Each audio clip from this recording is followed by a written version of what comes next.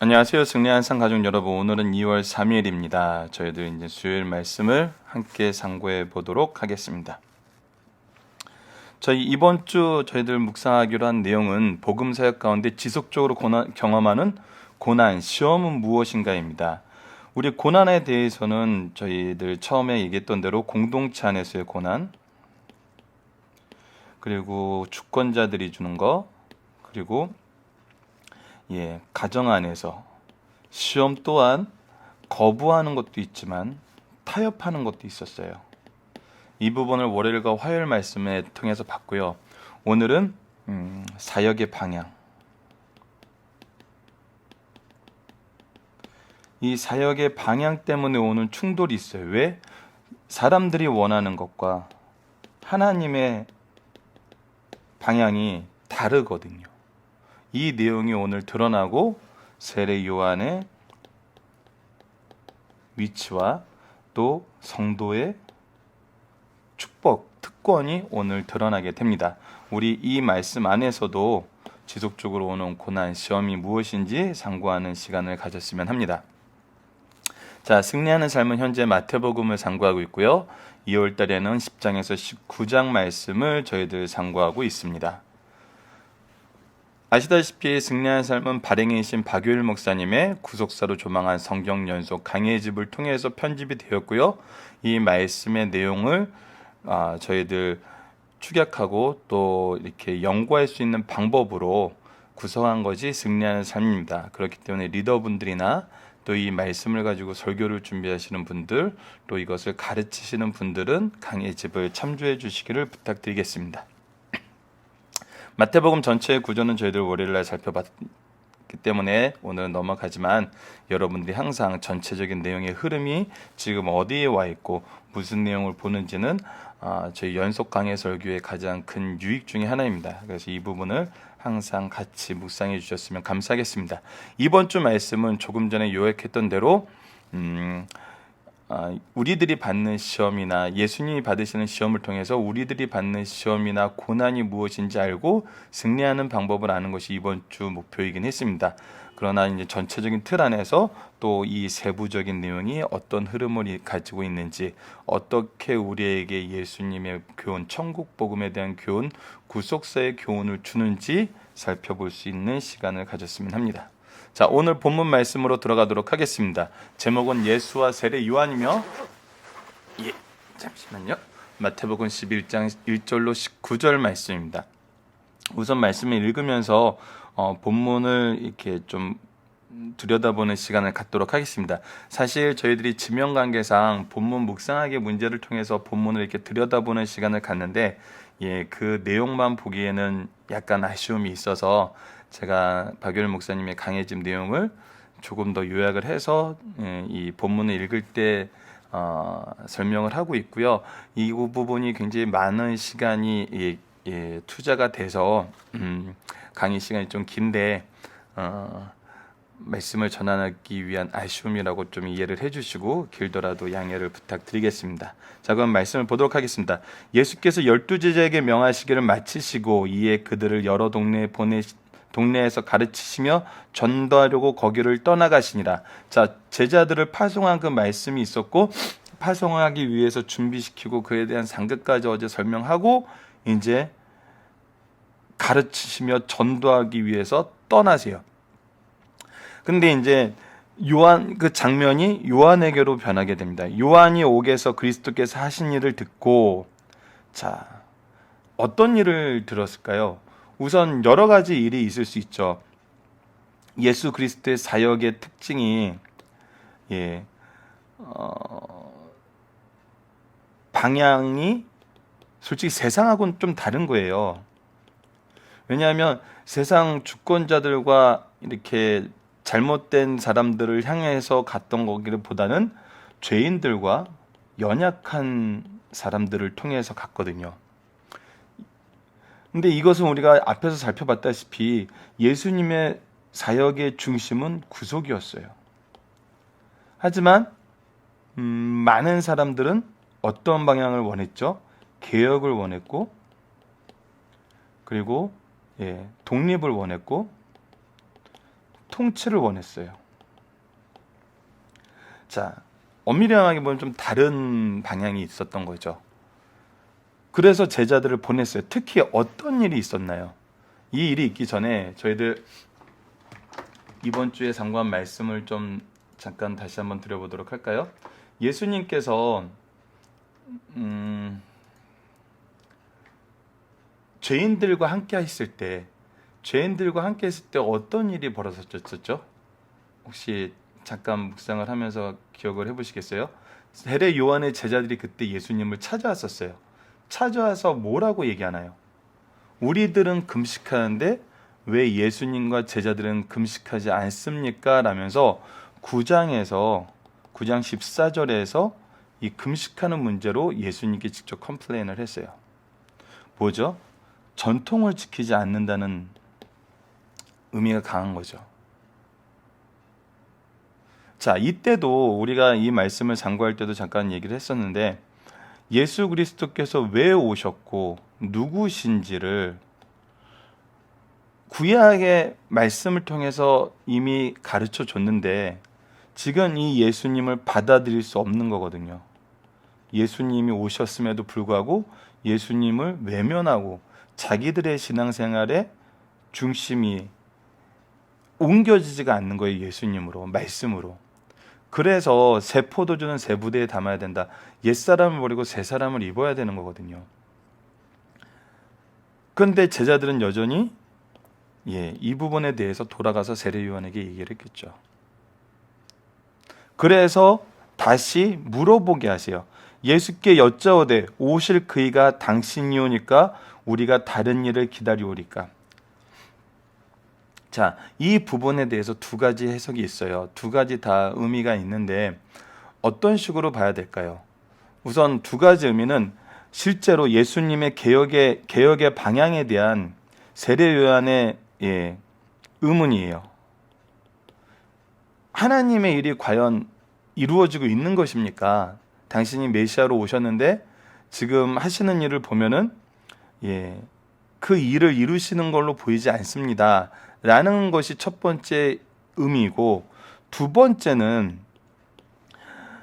이미 세례 요한이 세례를 줄 때 어떻게 하셨지? 하나님께서 증언하셨고 성령께서 증언하셨고 예수님 스스로가 증언하셨어요. 그래서 예수님 메시아인 건 분명해요. 근데 왜 제자들을 보내어 당신이 오니까 다른 일을 기다려오리까 묻게 했을까요? 그것은 세례 요한의 제자들로 하여금 예수님이 메시아이심을 다시 확인하고 믿게 하기 위한 거거든요. 실제로 세례 요한의 제자 중에 두 사람이 예수님을 따랐잖아요. 이건 요한복음에서 우리가 보고 있죠. 그래서 세례 요한은 자신의 제자들이 예수님이 메시아이심을 분명히 믿게 하고 싶었다는 거죠. 저는 이 두 번째가 더 의미가 있다고 보거든요. 하지만 첫 번째도 그렇게 생각할 수 있어요. 왜? 자신이 생각했던 것과 다르니까. 사람은 연약하기 때문에. 그래서 예수님께서 대답하신 때 어떻게 대답하세요? 그들의 필요와 그들의 생각을 채워주는 걸로 하지 않아요. 왜? 그거는 여전히 내가 기준이기 때문에. 예수님의 기준을 바꿔야 되거든요. 예수님의 기준은 뭐예요? 하나님의 기준이에요. 하나님의 기준은 어디에 나타나 있어요? 성경에 나타나 있어요. 그래서 예수님이 대답하여 이르시되 너희가 가서 듣고 보는 것을 요한에게 알리되 너희들이 듣고 보는 것을 알려라. 맹인이 보며 못 걷는 사람이 걸으며 나병 환자가 깨끗함을 받으며 못 듣는 자가 들으며 죽은 자가 살아나며 가난한 자에게 복음이 전파된다 하라. 이것은 어떤 말씀이냐면 바로 구약에 예언된 말씀이에요. 구약 시편 72편 72편 2절, 4절, 12절, 13절과 이사야서 61장 1절로 3절, 예레미야서 5장 4절, 스가랴 11장 11절. 바로 구약에 예언된 메시아의 사역이 예수님을 통해서 이루어지고 있다는 거거든요. 하나님의 기준으로 보면 예수님이 메시아임을 인정할 수밖에 없다는 거예요. 누구든지 나로 말미암아 실족하지 아니하는 자는 복이 있도다 하시니라. 예수님의 방법은 하나님의 방법이에요. 근데 하나님의 방법이 나를 실족해 해요. 이런 자에게는 복이 있을 수 없죠. 예수님의 방법이 나를 채워줘요. 누구를 채워줬어요? 죄인들을 채워줬어요. 구속의 은혜를 주셨어요. 이런 자들이 복이 있는 거죠. 자, 우리의 사역의 방향이 나를 좋아하는 사람, 나를 따르는 사람, 나를 믿는 사람들도, 예수님을 믿는 사람들도 예수님의 개혁의 방향이 다르니까 거절했어요. 결국 어디까지 거절했어요? 가룟 유다, 예수님의 12제자 중에 한 명까지도 예수님을 파는 데까지 거절하게 돼요. 자, 계속해서 한번 보도록 하겠습니다. 그들이 떠나며 예수께서 무리에게 요한에 대하여 말씀하시되 너희가 무엇을 보려고 강야에 나갔더냐? 바람에 흔들리는 갈대냐? 바람에 흔들리는 갈대라는 것은, 광야는 엄밀히 말하면 아무것도 없는 데잖아요. 그곳에 무엇을 보러 갔느냐? 근데 그곳에까지 가서도 너희가 바람에 흔들리는 갈대는, 그 임기응변, 세상의 그 풍랑에 잘 적응하는, 적응력이 좋은 사람 말이에요. 그래서 광야에 나가서 너희들이 갈대 보러 나간 건 아니잖아. 적응력 좋은 사람 보러 나간 건 아니잖아. 그럼 너희가 무엇을 보러 나가냐? 부드러운 입을 사람이냐? 성공한 사람을 얘기하는 거예요. 그 성공한 사람들은 궁중에 있다는 거예요. 너희들이 광야에 나갔다는 것은 적응력과 성공이 해답이 아님을 알고, 이것이 해답이 될 수 없거든요. 우리가 현대사회를 살면서도 적응력이 좋아야 되고, 그 인간관계가 좋아야 되고, 성공해서 자신의 위치가 높아져야지 그것이 해답이 되고 이 세상을 살아나가는 가장 좋은 거라고 생각하고 있는데, 이 당시에도 적응력이 좋고 성공하는 사람들이 그것이 해답이 될 수 없다는 거예요. 그래서 광야에 나갔어요. 광야에 왜 나갔냐면 선지자를 보기 위해서 나갔는데, 그 선지자가 무엇을 외쳤어요? 회개하라. 천국에 가까웠다. 회개의 신앙과 천국을 소망하는 것이 누구를 통해서, 하나님께서 보내신 예수님을 통해서 이루어짐을, 그 선언을 듣고 그 선언에 순종하고 그 선언에 나의 죄를 회개하기 위해서 광야에 나갔거든요. 여러분, 요즘에 제가 학문적인 얘기를 자꾸 할 수밖에 없는 그런 상황이 여러 번 우리 젊은 청년들에게 다가와서 이 얘기를 계속 반복할 수밖에 없어요. 현대 학문의 특징이 뭐냐면, 이 말씀, 5절 말씀, 성경에 기록된 메시아의 증거, 이거는 증명이 안 된다는 거예요. 이적이라는 것은, 기적이라는 것은 이성적이지 않고 과학적이지 않아요. 그래서 이성과 과학의 기초를 둔 학문에서는 이것을 우선 인정하지 않아요. 그래서 거짓이라고 전제를 해놓는 거예요. 그래서 거짓이라는 전제의 여러 가지를 풀어봐요. 풀어보고 나서 이것이 참일 수밖에 없는 이유를 찾아서 그런 식으로 논증을 하려고 해요. 굉장히 오랜 시간이 걸리고 굉장히 다양한 이론들이 나와서 결국은 상황적으로 모든 것을 해석을 한 다음에, 이런 상황에선 이런 일이 있을 수밖에 없었어, 상황적으로 해석을 한 다음에 이거는 신화의 하나로 치부를 하는 거예요. 왜? 건국 신화들이 되게 그러거든요. 다른 나라들에 어떤 상황적인 거나 이게 은유적인 것을 이적으로, 기적으로 포장을 많이 한다는 거예요. 그래서 요즘에 이런 주장이 너무 많아서 우리 성경을 옛날에는 이스라엘의 예언서야 그리고 창세기를 건국설화야 이런 얘기가 자꾸 나와서 성경은 이스라엘 역사서가 아니에요. 하나님이 일하시는 하나님의 워크북인 거거든요. 하나님의 구속을 알려주는 책이지 이스라엘을 주인공으로 삼은 거지 이스라엘의 이야기가 아니에요. 하나님이 주인공으로 삼는데 하나님이 주인공이고 하나님이 움직이시는 민족으로 사용하시는 민족으로 이스라엘을 들어 쓴 거죠. 근데 여러분 오늘 개혁의 방향에 대해서 얘기를 하니까 이 부분을 얘기할 수밖에 없어요. 여러분 세상 역사를 보세요. 세상 철학을 보세요. 자, 정치, 경제, 군사.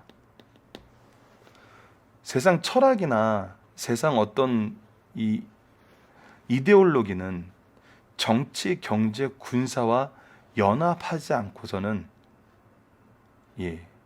확장된 적이 없어요. 이 복음의 이 사회를 지배하는 사회의 기초, 근간이 되는 어떤 핵심적인 가치가 정치, 경제, 군사와 연결되지 않고 확장된 적이 없어요. 근데 예수님의 방법은 정치, 경제, 군사 이것과 전혀 상관이 없는 거예요. 그런데 확장이 됐어요. 예수님이 오셨을 때 확장이 됐었고 사도 시대에는 더 크게 확장이 됐어요. 이 부분에 대해서는 이 10절 이후의 말씀에서 우리가 상고해 볼 거예요. 그렇다면 뭐예요? 오히려 이 세상 역사를 공부하고 복음의 역사를 공부하면 왜 예수님은 정치, 경제, 군사에 전혀 관계가 없는데도 불구하고 이 복음이 든든히 섰고 제자들에 의해서 왜 더 확장되었을까? 그것을 보면은 이 구약의 예언이 성취됐다는 걸 인정하지 않을 수가 없어요. 무엇을 보고 사람들이 따랐을까요? 무엇을 경험했기에 따랐을까요? 무슨 말씀이 이루어졌기에 따랐을까요? 하나님 말씀이 이루어졌기 때문에 따른 거거든요. 자, 계속해서 봅시다. 기록된 바 보라 내가 내 사자를 내 앞에 보내노니 그가 내 길을 내 앞에 준비하신 것이 이 사람에 대한 말씀이니라. 그래서 예수님의 길을 준비하기 위해서 광야에서 외친 소리가 있던 그 사람이 바로 세례 요한이란 거예요. 자, 다음 말씀 봅시다. 내가 진실로 너에게 말하노니 여자가 낳은 자 중에 세례 요한보다 큰 이가 일어남이 없도다. 그러나 천국에서 극히 작은 자라도 그보다 크니라. 이 말씀은 우리가 잘 이해해야 돼요. 이 말씀은 사도행전에서 브루스기엘라 아굴라가 갑자기 요즘에 이렇게 적어놓지 않으면 기억이 안 나서 그 한 사람을 가르치잖아요. 그 사람 이름이 뭐죠? 굉장히 유능한 사람으로 나중에는 이 사람의 그 당까지 생기는데 갑자기 기억이 안 나네요. 죄송합니다. 아시는 분은 저에게 카톡으로 이렇게 카톡이 아니죠. 우리 밴드에 아래다 좀 누구라고 이렇게 답 좀 올려주세요. 갑자기 생각이 안 나네요. 그 사람도 뭐까지 알았냐면 세례 요한의 세례까지 알았다 그랬어요. 자, 우리가 고넬료의 집에 갔을 때도 많은 사람들이 세례 요한의 세례까지는 알고 있는 것으로 봐요. 왜냐하면 그 다음에 이제 예수님을 모르기 때문에 예수님을 가르쳐 주거든요.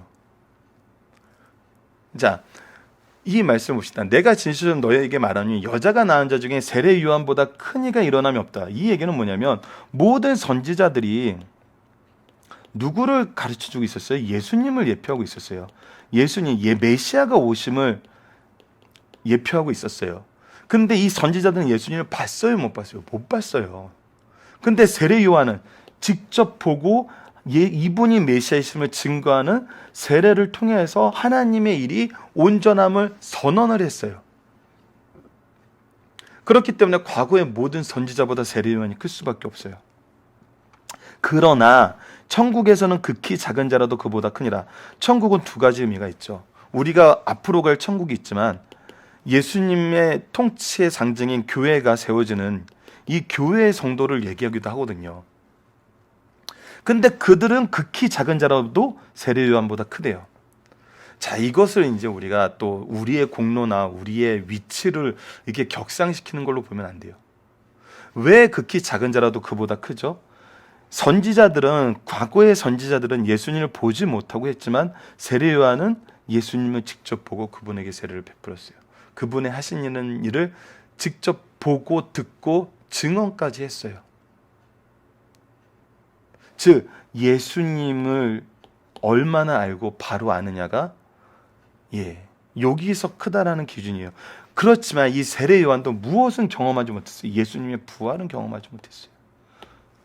예수님의 구속의 길을 보진 못했어요. 그러나 우리는 무엇을 알아요? 예수님의 구속사를 알고 부활의 능력을 알아요. 그래서 우리가 더 큰 거거든요. 우리가 전하는 이것이 더 세례 요한의 증거보다 큰 거거든요.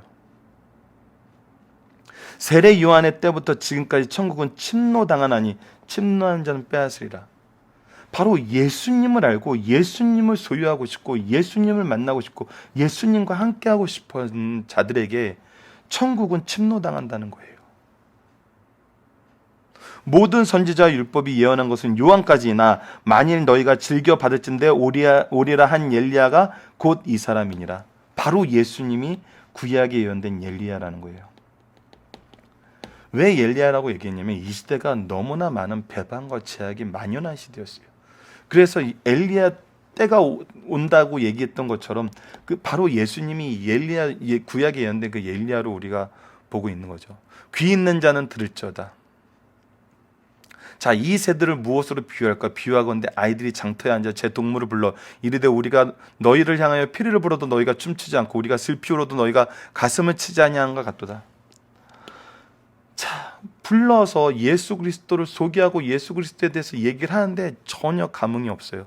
요한이 와서 먹지도 않고 마시지도 않으며 그들이 말하기로 귀신 들렸다 하더니 인자는 와서 먹고 마시며 말하기를 보라 먹기를 탐하고 포도주를 즐기는 사람이라 세리와 죄인들의 친구로다 하니 지혜는 그 행한 일로 인하여 옳다함을 얻느니라. 자, 예수 그리스도를 받아들이지 않는 사람, 하나님 중심이 아닌 사람, 자기의 의를 세우는 사람, 요한이 먹지도 않고 마시지 않다고 했을 때는 오히려 귀신 들렸다고 했더니 이제 먹고 마시니까 탐하는 자라 그러면서 세리와 죄인들의 친구라고 하면서 비난하는 거예요. 그러니까 이들은 어떤 얘기를 해도 받아들이지 않는다는 거죠. 왜? 자기 의만 남아있으니까. 무엇으로 가야 돼요? 하나님의 의로 가야 돼요. 자기 의를 세우는 걸 죄라 그러고 하나님께로 가는 걸 회개라 그래요. 우리의 신앙의 핵심은 회개입니다, 여러분. 이것은 변하지 않는 진리예요. 이것이 예수 그리스도께서 은혜로 우리에게 오심을 받아들일 수 있는 믿음의 시작이거든요. 이 회개야말로 성령이 주시는 가장 큰 은혜예요. 여러분, 성령의 은혜를 통해서 흔들리는 갈대와 같은 적응력이 좋은 걸 원하세요? 아니면 좋은 옷을 입은 성공을 원하세요? 그런 게 아니거든요. 우리에게는 하나님께로 돌아가고 싶어 하지만 돌아가지 못하는 죄인임을 인정하고 회개하는 심령을 통해서, 회개의 기도를 통해서 예수 그리스도를 힘입어 하나님께로 돌아가는 이 은혜가 가장 중요한 거거든요. 우리가 자녀들에게 줘야 되는 것은 좋은 인맥과 재산이 아니에요. 회개하는 신앙이죠. 이러기 위해서 우리를 부모로 세우고 우리를 스승으로 세운 거거든요. 그런데 이것이 현대에는 고난이 되는, 시험이 되는 시대예요.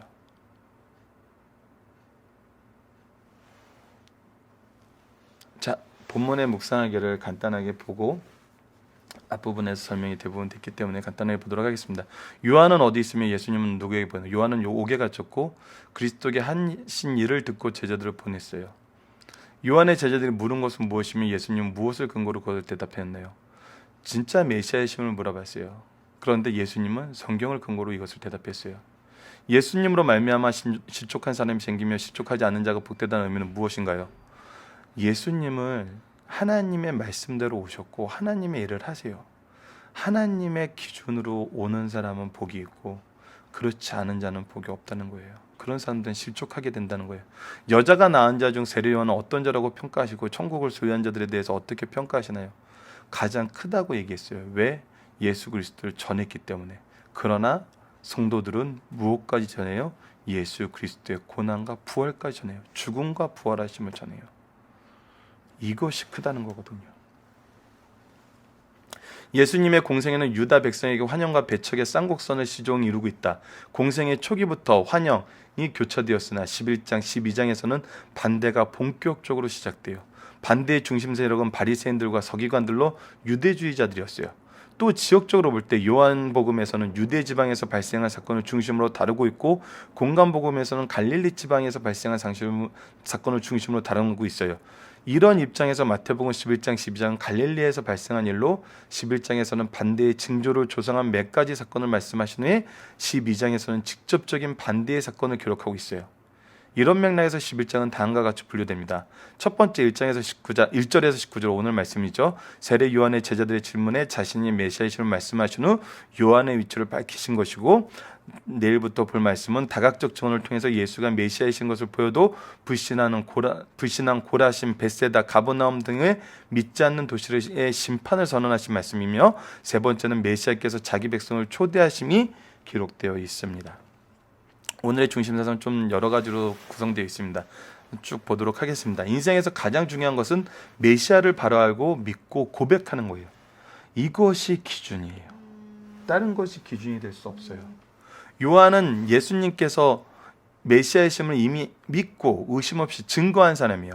그러나 그에게 죽음이 임박하였어요. 이제 자신의 사후에 자기 제자들이 바른 신앙을 갖게 하기 위해서 예수님께 보냈어요. 예수님께서는 요한의 제자들에게 자신이 메시아이심을 간접적으로 증언하여 믿게 하셨어요. 이 간접적인 증언이라는 건 뭐예요? 성경이었어요. 이것이 가장 중요한 거거든요. 모든 인생은 예수께서 바른 신앙을 고백하고 믿음으로 구원 얻는 은혜 안에 들어와야 돼요. 이 은혜가 가장 커요.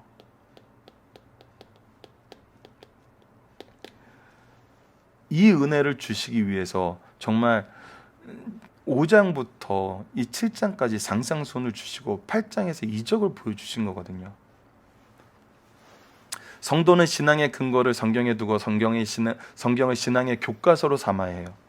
굉장히 중요합니다. 예수님은 세례 요한의 제자들에게 메시아이신가에 대한 질문을 받고 직접 답을 하지 않으시고 구약 성경의 메시아에 대한 예언이 성취되어 있다고 말씀하셨어요. 우리의 신앙의 근거를 성경에 두고 성경을 신앙의 교과서로 삼아 성경대로 믿으며, 우리는 성경대로 믿어야 돼요. 근데 성경을 몰라요.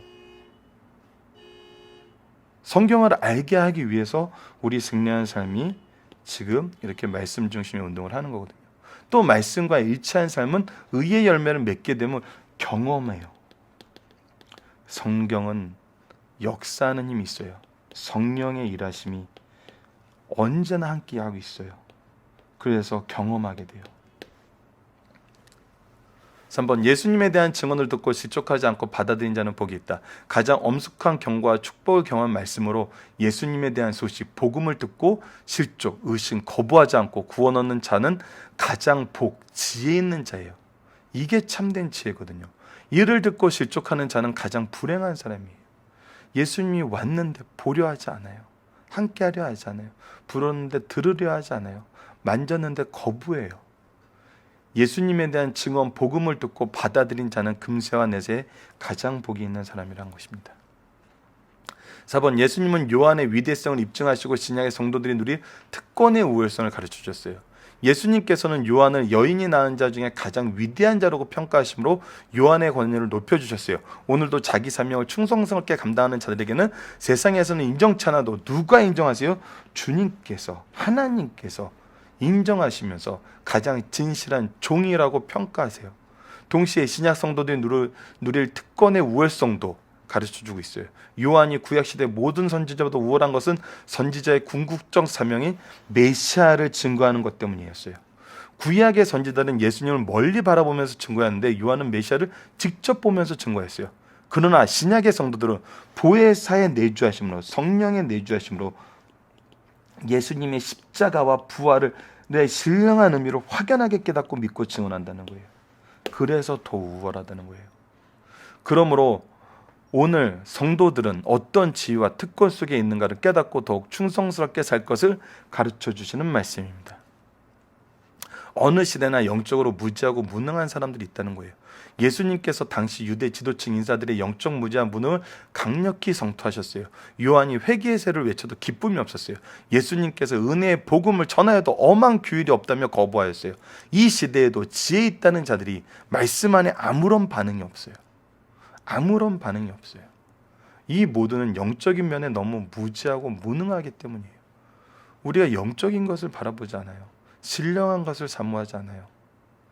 갈대같이 유연하고 좋은 옷과 같이, 비단 옷과 같이 좋은 것만 원해요.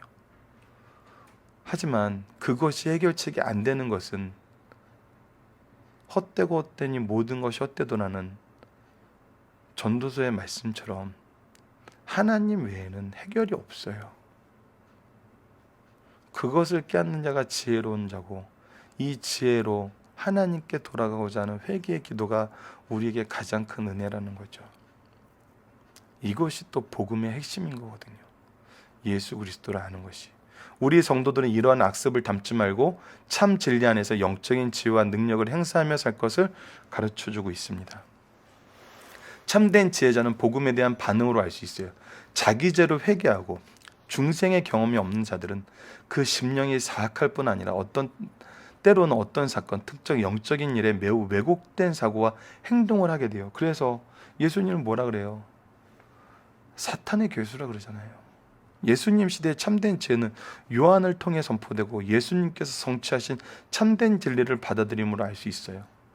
선포된 말씀, 성취된 말씀을 통해서 우리가 알 수 있어요. 어느 시대나 구약의 선지자를 통해 예고하시고 예수께서 오셔서 성취하신 구원의 복음을 받아들일 수 있는 사람은 참된 지혜자예요. 언제 어디서도 복음에 대한 바른 수용자가 참된 지혜자라는 사실을 가르쳐주고 있어요. 이것을 변형하고 왜곡해서 우리가 좋아하는 모습으로 믿는 것을 지혜라고 생각하는 게 현대 시대예요. 이것이 우리가 받는 시험과 고난의 또 한 부분이에요. 너무나 두렵고 너무나 힘든 부분이거든요. 변형과 왜곡이 지혜가 아니라 수용이 지혜예요. 살포기 정답은 카페를 통해서 확인 부탁드리고요. 저희들 적용하기 문제를 보도록 하겠습니다. 예수님 시대와 이 시대가 복음을 거부하는 이유에 대해서 어떤 차이점이 있나요? 차이점이 있다면 그 원인은 뭐고, 동일하다면 그 원인은 뭘까요?